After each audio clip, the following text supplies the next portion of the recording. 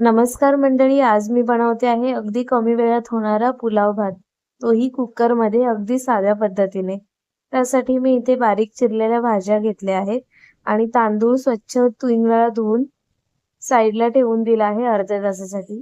त्याचबरोबर बाकीचे जे साहित्य आहे, कांदा, टोमॅटो, बेसिक आपले मसाले, आलं लसूण पेस्ट, कढीपत्ता, खडे मसाले आणि कोथिंबीर घेतली आहे। त्यानंतर मी कुकरमध्ये तेल गरम करत ठेवलं आणि खडे मसाले जे होते ते आपण इथे ऍड करून घेतले। खडे मसाले व्यवस्थित भाजले की त्यामध्ये कढीपत्ता आणि 2 बारीक चिरलेले पातळ कांदे इथे ऍड करून घेतले आहेत। कांदा व्यवस्थित गुलाबी झाला की त्यानंतर मी इथे 2 छोटे टोमॅटो ऍड केले।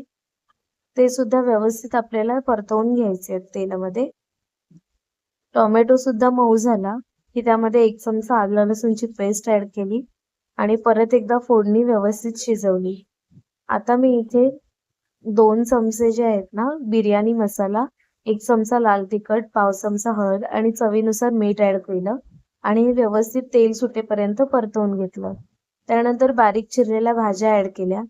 तांदूळ जो भिजत ठेवला होता तो सुद्धा इथे ऍड केला आहे आणि त्याच्यामध्ये आपल्याला पाणी ऍड करून घ्यायचं आहे गरजेनुसार आणि व्यवस्थित आपण मिक्स करून घेणार आहे। पाणी थोडं कमीच टाकायचं, तांदळाच्या वर येईल इतकंच टाकायचं आहे, जेणेकरून भात चिकट होणार नाही। आता मी कुकरचं झाकण बंद करून 2 शिट्ट्या करून घेतल्या। शिट्ट्या झाल्यानंतर कुकर थंड झाला। आता इथे मी वरून कोथिंबीर ऍड केली बारीक चिरलेली आणि व्यवस्थित भात मिक्स करून घेतला।